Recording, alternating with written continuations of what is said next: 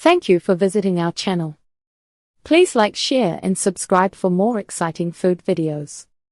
Roast goose isn't just a meal, it's a centerpiece, especially during the holidays. For centuries, this dish has graced festive tables, bringing families together. It's known for its rich, distinct flavor and the special anticipation it creates. Preparing a roast goose can seem daunting, but the reward is a truly memorable feast. This guide will walk you through each step, making the process clear and achievable. By the end, you'll be ready to serve a beautifully roasted goose that tastes incredible. Selecting the perfect goose, quality matters. Choosing the right goose sets the stage for a delicious meal. It's not just about size, factors like breed, how it was raised, and its freshness truly make a difference. Let's look at how to pick a goose that will roast beautifully and taste amazing.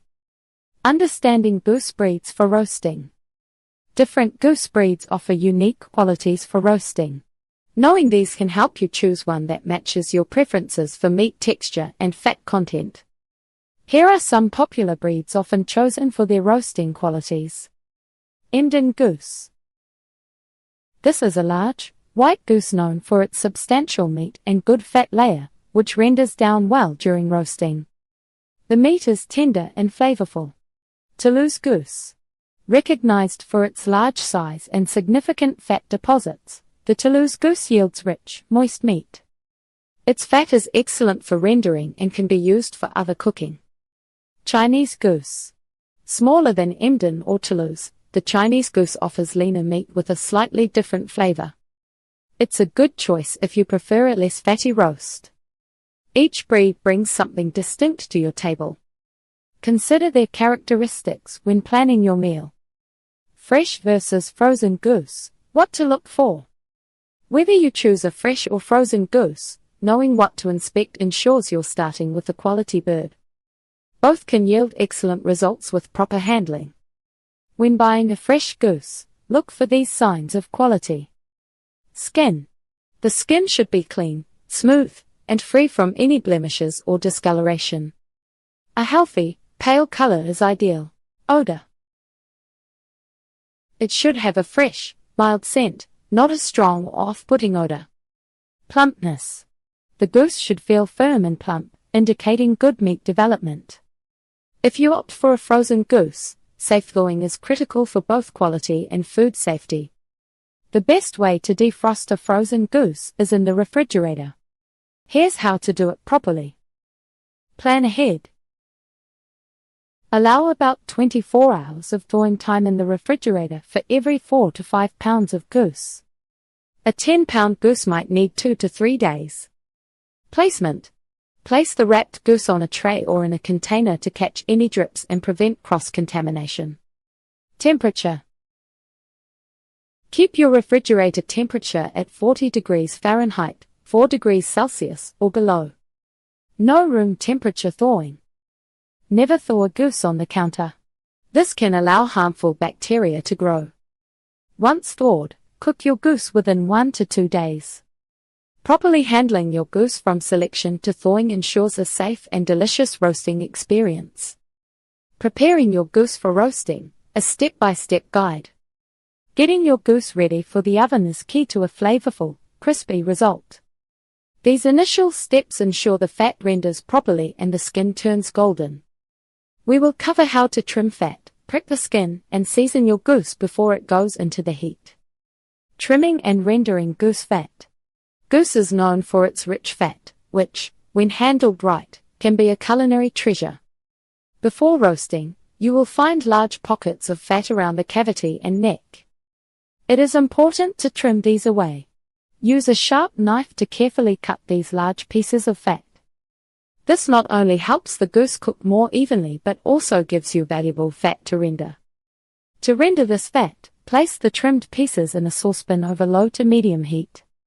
Let them melt slowly. This process separates the pure fat from any solids. Once melted, strain the liquid fat through a fine mesh sieve or cheesecloth into a clean jar. This rendered goose fat is excellent for roasting potatoes, vegetables, or even for making confit.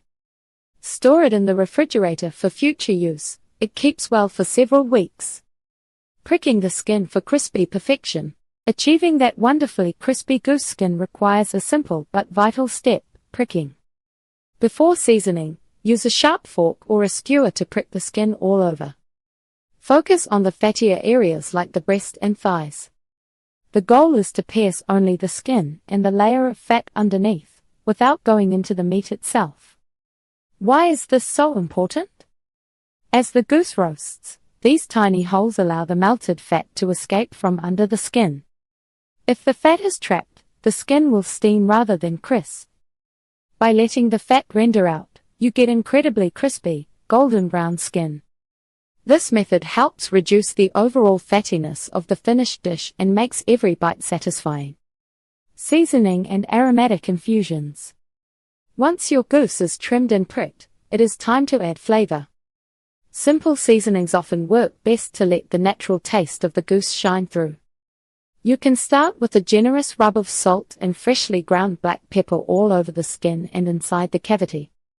For a more complex flavor profile, consider a dry rub mixed with herbs like fresh rosemary, finely chopped, thyme leaves, stripped from their stems, sage, minced.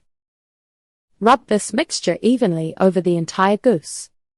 To infuse flavor from the inside out, stuff the cavity with aromatics. These do not get eaten but add moisture and fragrance to the meat as it cooks. Some popular choices include quartered onions. They provide a sweet, savory base. Apple wedges. These add a subtle fruity note, balancing the richness. Celery stalks. For a fresh, earthy aroma.